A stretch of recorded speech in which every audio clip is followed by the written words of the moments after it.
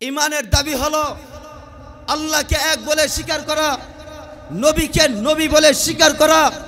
শুধু নবীকে নবী বলে স্বীকার করলেই ইমানদার হওয়া যাবে না, বরং নবীকে নবী বলে স্বীকার করতে হবে।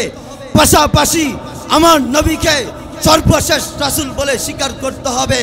রাসূলকে রাসূল বলে স্বীকার করলে ইমানদার হওয়া যাবে না, বরং রাসূলকে সর্বশেষ রাসূল বলে স্বীকার করতে হবে। চিল্লায় বলেন ঠিক না বেঠিক?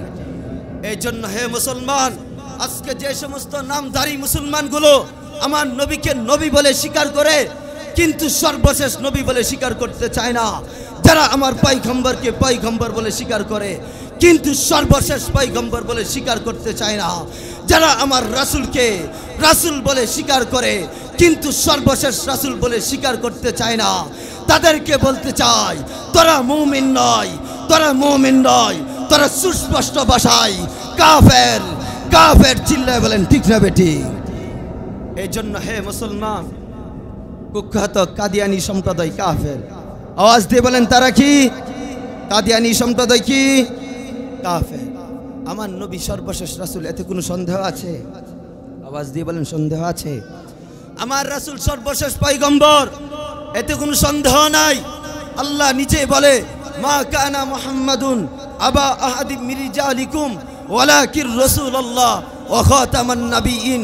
হে দুনিয়ার মানুষ শোনো, মুহাম্মদ তোমাদের মধ্য হতে কোনো পুরুষের পিতা নয়, মুহাম্মদ আল্লাহ রাসূল, আমি তাকে সর্বশেষ রাসূল হিসাবে দুনিয়াতে প্রেরণ করেছি। শুধু তাই নয় রে মুসলমান, আমার নবী বলে হে উম্মত শোনো, আনা মুহাম্মাদুন, আমার নাম একটা হলো মুহাম্মদ, ও আনা আহমদ, আমার একটা নাম হলো আহমদ, ও আনাল মাহি, আমার একটা নাম হলো মাহি, ইয়ামহুল্লাহু বিহিল কুফ, আমার মাধ্যমেই কুফরিকে বিমোচিত করা হয়েছে, ও আনাল হাসির, আমার একটা নাম হলো হাসির, ইয়াহশুরুন নাস, নবী বলে আমার মাধ্যমেই মানুষকে একত্রিত করা হবে। নবী বলে উম্মত শোনো, আমার একটা নাম হলো আনা খাতামুন নাবিয়িন লা নাবিয়্যা বাদি, নবী বলে আমি সর্বশেষ নবী, আমার পরে কোনো নবী আসবে না। নবী আরো বলে উম্মত শোনো, উম্মত শোনো, তোমরা আমার পরে যদি নবী হইতো লাউ কানা নাবিয়্যুন বাদি লাকানা উমর ইবনুল খাত্তাব, আমার পরে যদি নবী হইতো খাত্তাবের বেটা উমর নবী হইতো। খাত্তাবের বেটা যেহেতু নবী হয় নাই, ও উম্মত শুনো, আজ থেকে নিয়ে কিয়ামতের আগ পর্যন্ত মানুষের পক্ষে নবী হওয়া অসম্ভব। আল্লাহ তাআলা নবুয়তের দরজা বন্ধ করে দিয়েছেন। চিল্লায় বলেন ঠিক না বেঠিক? এই জন্য হে মুসলমান, কাদিয়ানীরা কি? কাফের। কাদিয়ানীরা কি? কাফের। ওদেরকে যারা কাফের বলবে না তারা কি? কাফের। এই সমস্ত কাদিয়ানীগুলো আমাদের মুসলমানদের ঈমানকে হরণ করার জন্য, এই কুখ্যাত কাদিয়ানী সম্প্রদায় মুসলমানদের ঈমানকে ধ্বংস করার জন্য তারা মুসলমানের মতো নামাজ পড়ে, তারা মুসলমানের মতো দাড়ি রাখে, তারা মুসলমানের মতো নাম রাখে, তারা মুসলমানের মতো পাঞ্জাবি পরে, টুপি পরে। এই জন্য তারা মুসলমান হবে না। এ মুসলমান, দাড়ি রাখলে মুসলমান হওয়া যায় না, টুপি পরলে মুসলমান হওয়া যায় না, আরে মুসলমানের নাম রাখলে মুসলমান হওয়া যায় না। এই জন্য কাদিয়ানী সম্প্রদায় যতই নাম রাখুক না কেন, যতই নামাজ পড়ুক না কেন, যতই ইবাদত বন্দেগী করুক না কেন, তারা মুসলমান নয়। সুস্পষ্ট ভাষায় তারা কাফের, সুস্পষ্ট ভাষায় তারা কাফের। চিল্লায় বলেন ঠিক না বেঠিক? মুহতারাম হাজরিন, এই সমস্ত কাদিয়ানীদেরকে কাফের বলতেই হবে, এটা মুসলমানদের ঈমানি দায়িত্ব। চিল্লায় বলেন ঠিক না বেঠিক? মুহতারাম হাজরিন, কাদিয়ানীদের পক্ষ নিয়ে যে কথা বলবে সেও কাফের। কাদিয়ানীদের পক্ষ নিয়ে যদি কোনো সরকার কথা বলে সরকার কাফের হয়ে যাবে। কাদিয়ানীদের পক্ষ নিয়ে যদি কোনো রাষ্ট্রনায়ক কথা বলে ওই রাষ্ট্রনায়ক কাফের হয়ে যাবে। কাদিয়ানীদের পক্ষ নিয়ে যদি কোনো নেতা আর খেতা যদি সংসদে দালালি করতে যায় ওই নেতা আর খেতা কাফের হয়ে যাবে। এমনকি কোনো মোল্লাও যদি কাদিয়ানীদের পক্ষ নিয়ে কথা বলে ওই মোল্লাও কাফের হয়ে যাবে। ঠিক কি না মুহতারাম হাজরিন?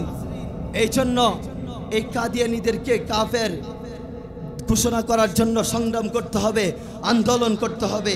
আমরা দেখেছি দীর্ঘ 17 বছর আমরা আন্দোলন করেছি, সংগ্রাম করেছি, কিন্তু আমরা আন্দোলন সংগ্রাম করে কাদিয়ানীদেরকে কাফের ঘোষণার দাবি আদায় করতে পারি না।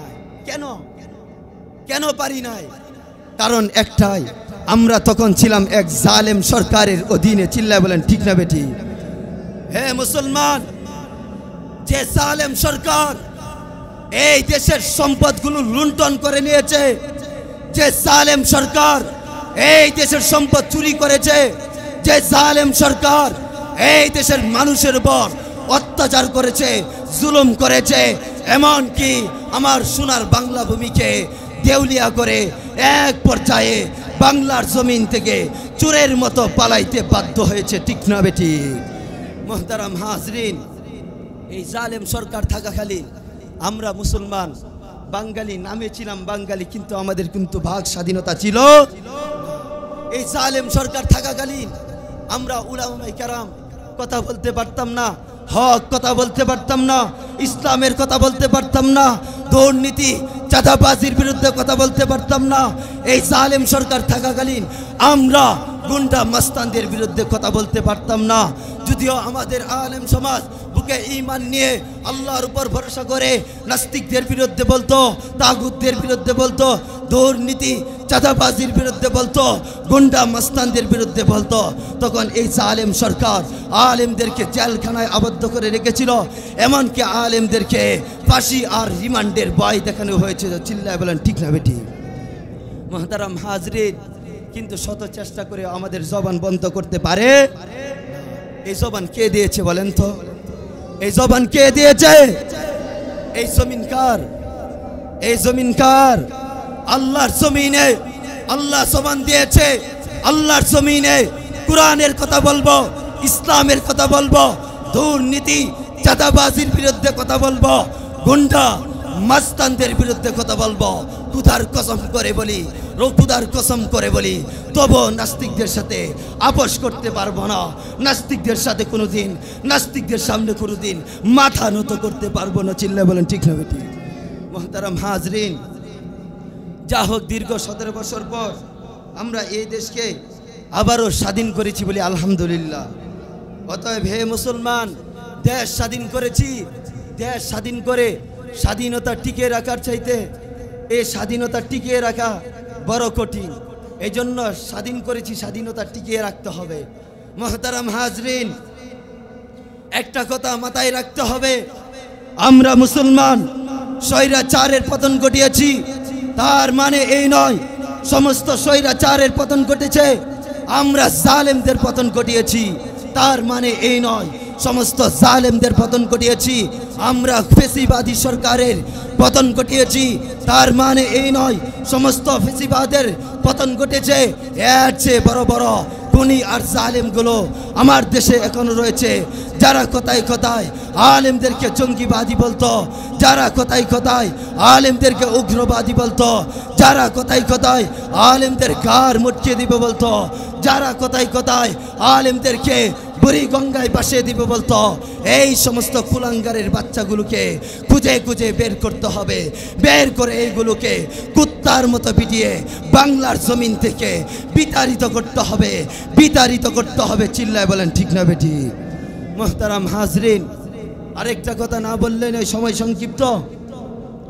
এখন আমার দেশকে নিয়ে নতুন করে আরেকটা ষড়যন্ত্র চলছে। আপনারা জানেন ইসকন নাম শুনছেন? ইসকন নাম শুনছেন? ইসকন এখন নতুন ষড়যন্ত্র চালাচ্ছে। এই ইসকন দেখেন কত বড় সাহস তাদের। এই ইসকন হলো হিন্দুত্ববাদীদের উগ্র সংগঠন।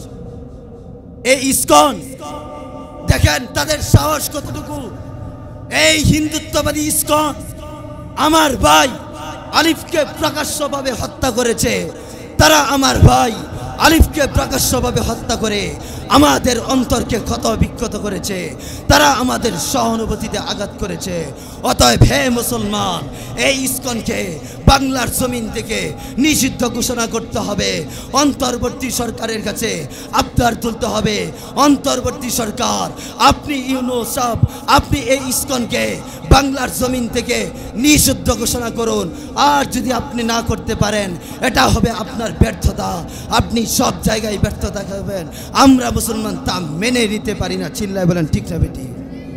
হে মুসলমান, এই ইসকনের মূল উৎস হলো ইন্ডিয়া। ইসকনের মূল উৎস কি বলেন? ইন্ডিয়া। অতএব মুসলমান, ইন্ডিয়ার সাথে কোনো পিরিত চলবে না, ইন্ডিয়ার সাথে কোনো প্রেম চলবে না, ইন্ডিয়ার সাথে কোনো বন্ধুত্ব চলবে না। আরে আল্লাহ তো নিজেই বলে, ইয়া আইয়ুহাল্লাযীনা আমানু লা তাত্তাখিযুল ইহুদা ওয়ান নাসারা, হে মুমিন, ইহুদি নাসারা তোমাদের বন্ধু হতে পারে না, হিন্দুত্ববাদীরা তোমাদের বন্ধু হতে পারে না। হে মুসলমান, ইতিহাস পড়ে দেখো, আমরা মুসলমান যখন থেকে হিন্দুত্ববাদীদেরকে বন্ধুরূপে গ্রহণ করেছি, যখন থেকে আমরা এই নাস্তিকদেরকে বন্ধুরূপে গ্রহণ করেছি, তখন থেকে আমরা মুসলমান খেলাফত হারিয়েছি, ঐতিহ্য হারিয়েছি, রাজত্ব হারিয়েছি। এমনকি এক পর্যায়ে আমরা মুসলমান আমাদের প্রাণ কেবলা আল আকসাকেও হারিয়েছি। চিল্লায় বলেন ঠিক না বেটি?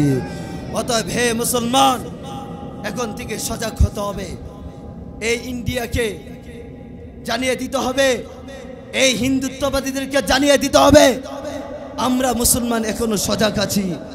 এই হিন্দুত্ববাদীরা দেখেন, আজকে আমার দেশের মাটি দখল করার জন্য তারা নতুন করে পায়তারা চালাচ্ছে।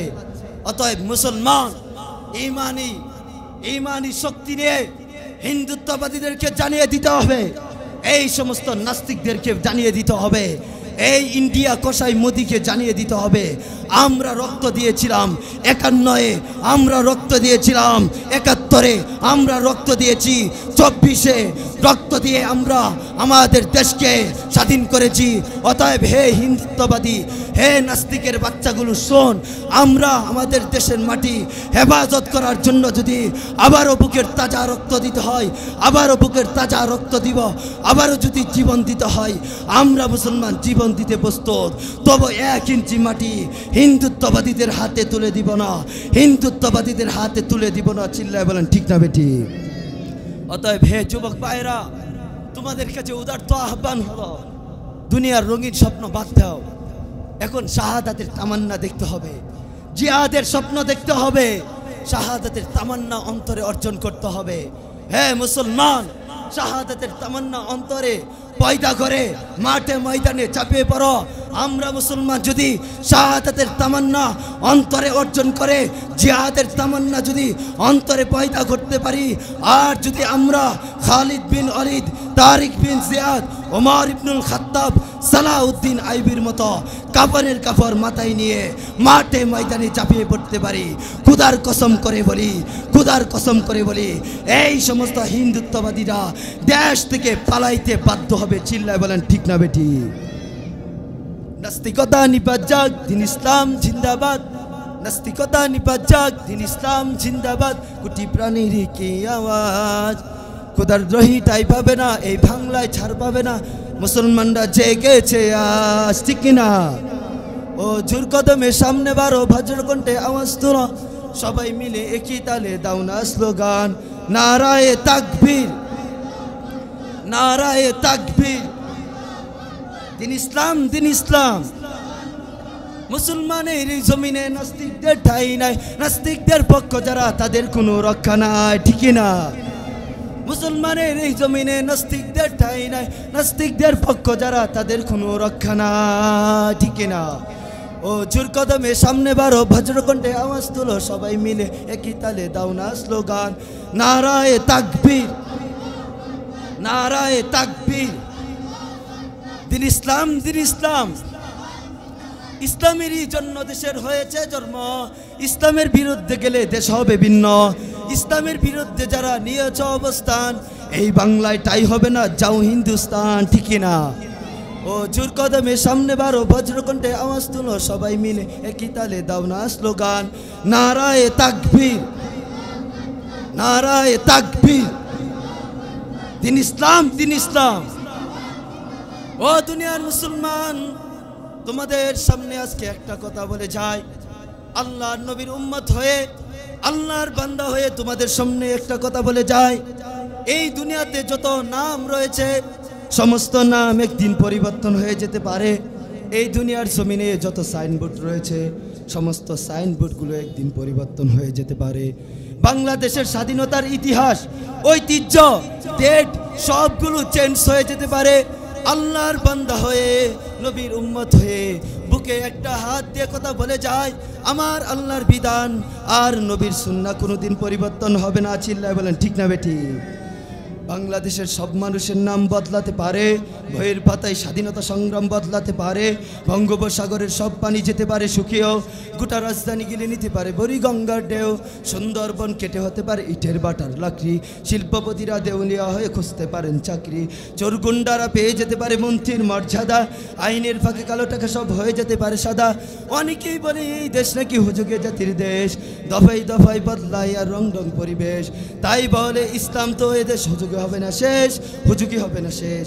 ইসলাম এই মাটির পরতে পরতে জনপদ ঘরে ঘরে, ইসলাম এই জাতির 90% মানুষের অন্তরে, ইসলাম নিয়ে চিনিমিনি খেলে এমন শক্তি নেই আর কিছু না থাকে এই দেশে ইসলাম থাকবে, ঠিক কিনা? সব কিছু বদলে যাক তবু এই দেশে ইসলাম থাকবে, ঠিক কিনা?